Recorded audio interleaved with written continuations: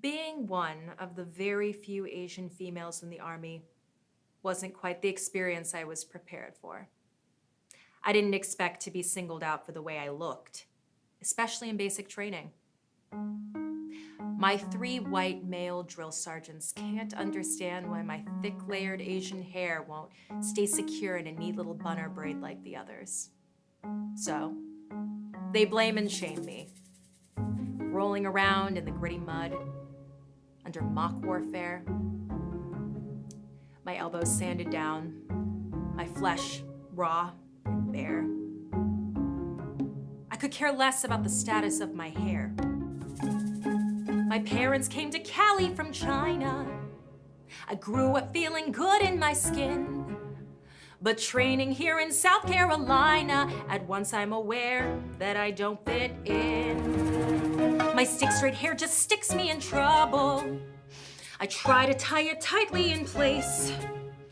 I hustle through the course on the double and finish with hair all up in my face.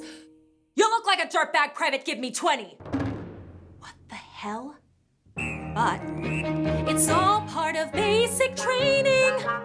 The rules are made for maintaining. It's just part of basic training. Stand straight, but don't stand out. I burned in basic training till I learned in basic training the lesson that they were ingraining. Your greatest ammo is your camouflage. Cue the Mulan montage. One winter in the 90s, I got deployed to South Korea near the DMZ to participate in a battle commander's training mission. The training went fine. It's what happened off duty that intrigued and embarrassed me. On top of all the typical teasing, Korean women stare on the street. And even though it's winter and freezing, my face is burning up from the heat. I notice someone wearing a ski mask. I buy one hoping one size fits all. For a moment I'm just happy to be masked until it slips and starts to fall. Hey, it's all part of basic training till you feel your confidence straining and lose the ground you were gaining. The skin will never win. I'm sick of always explaining this Chinese American G.I. Jane thing. But I guess I'm not really complaining if you don't fit the mold. You're in the cold. That one visit to South Korea was seared into my memory. I went to town in my regular BDUs.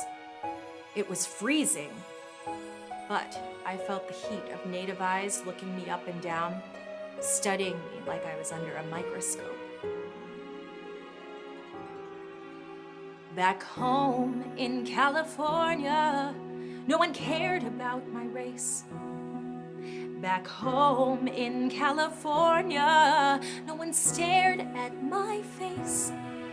But I left California for adventure, for a change. Never thought that in Korea I'd look strange. So, on the next outing, I wore my military-issued black trench coat over my civilian clothes. I'm from Southern Cali, so that was the warmest overcoat I had at the time. Less scrutinizing in public, so I thought. I was so wrong. I'm tired of all the local attention, the soldier with her male entourage. So I'll wear my standard issue black trench inside. I'll hide and finally camouflage. I'm laughing with some friends and in no time, a mama son walks out of a door. She sees me with the boys and she yells, "Showtime! Showtime!" And I realize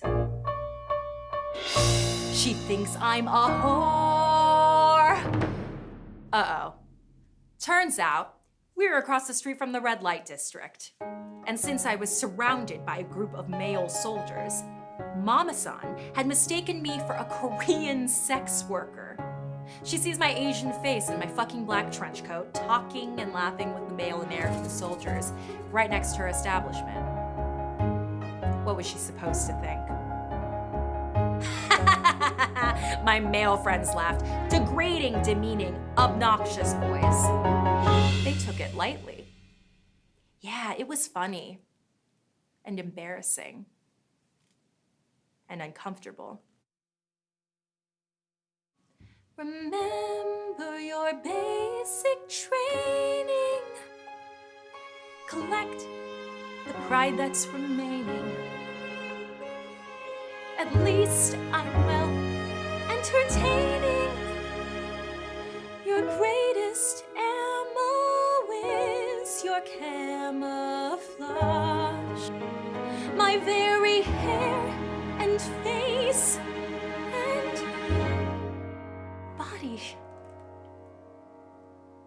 are sabotage.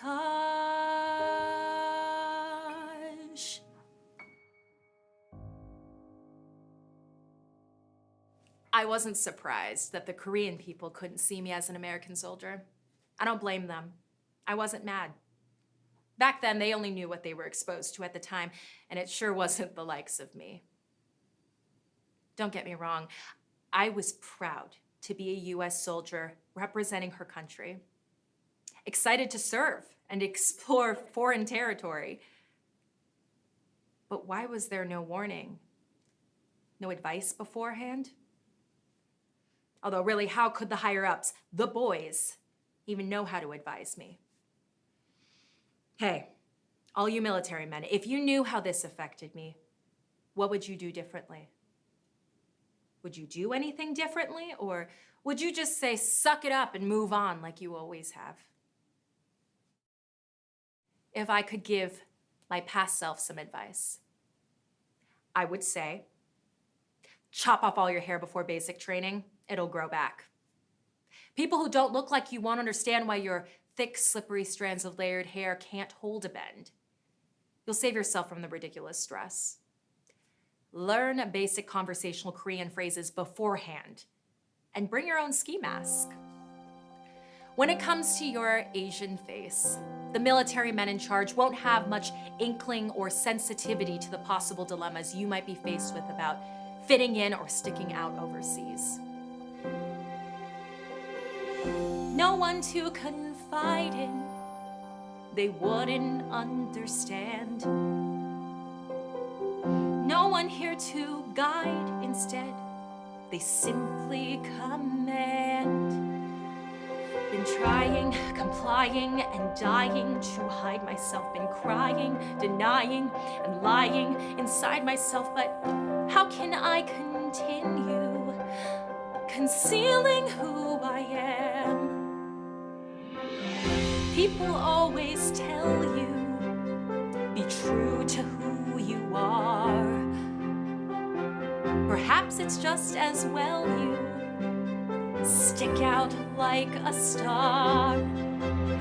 I'll never look perfect or fit what's expected, but I know that it's worth it. I can't get dejected, 'cause there's more to strength in sinew.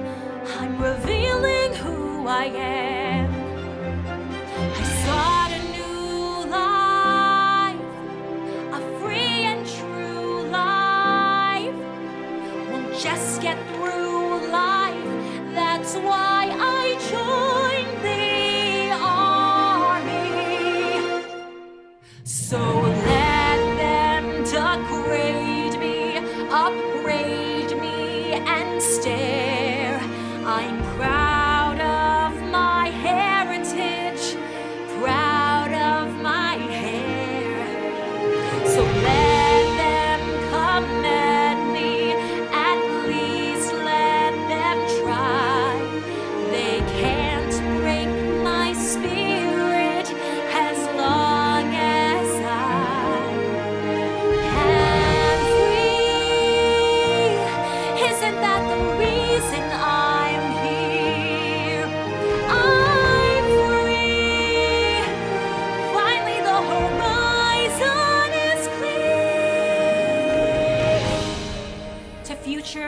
Asian American women, here's what you might not know in regards to the military. If you find yourself stationed in an Asian country where people look like you will stand out when civilians see you in uniform. You will also stick out just because you're with your military male colleagues, even in civilian clothing. There will always be someone who has never met an Asian American woman soldier up close in person. Don't take it personally. They only know what they've seen in the media. But take heart because times are changing. And I'd like to say to all young females joining the military, of any race, never give up. Serving your country is an honor, a privilege, and grueling at times. Many, but not all, of your young fellow male soldiers might be horn dogs and jerks, but most of them have got your six. That girl from California, I'll give her some advice. 'Cause no one thinks to warn ya, the locals look twice. Trust me, though charmless, it's harmless, not personal. Just face it, embrace it, and place it in your arsenal that feeds the fire within you, that screams, I'm freeing who I am. Tell your story, your special story, not for the glory, but for some basic training. So here's some advice for the boys at the top.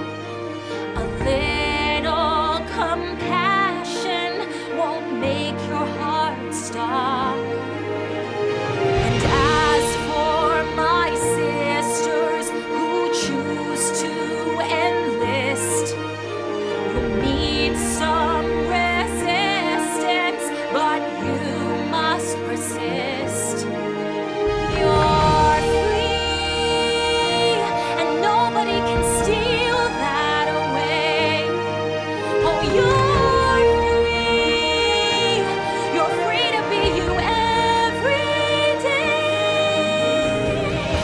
So I don't fit in, and I don't care. I'm a female Chinese American United States soldier, and thanks to some basic training, now I'm proud and free.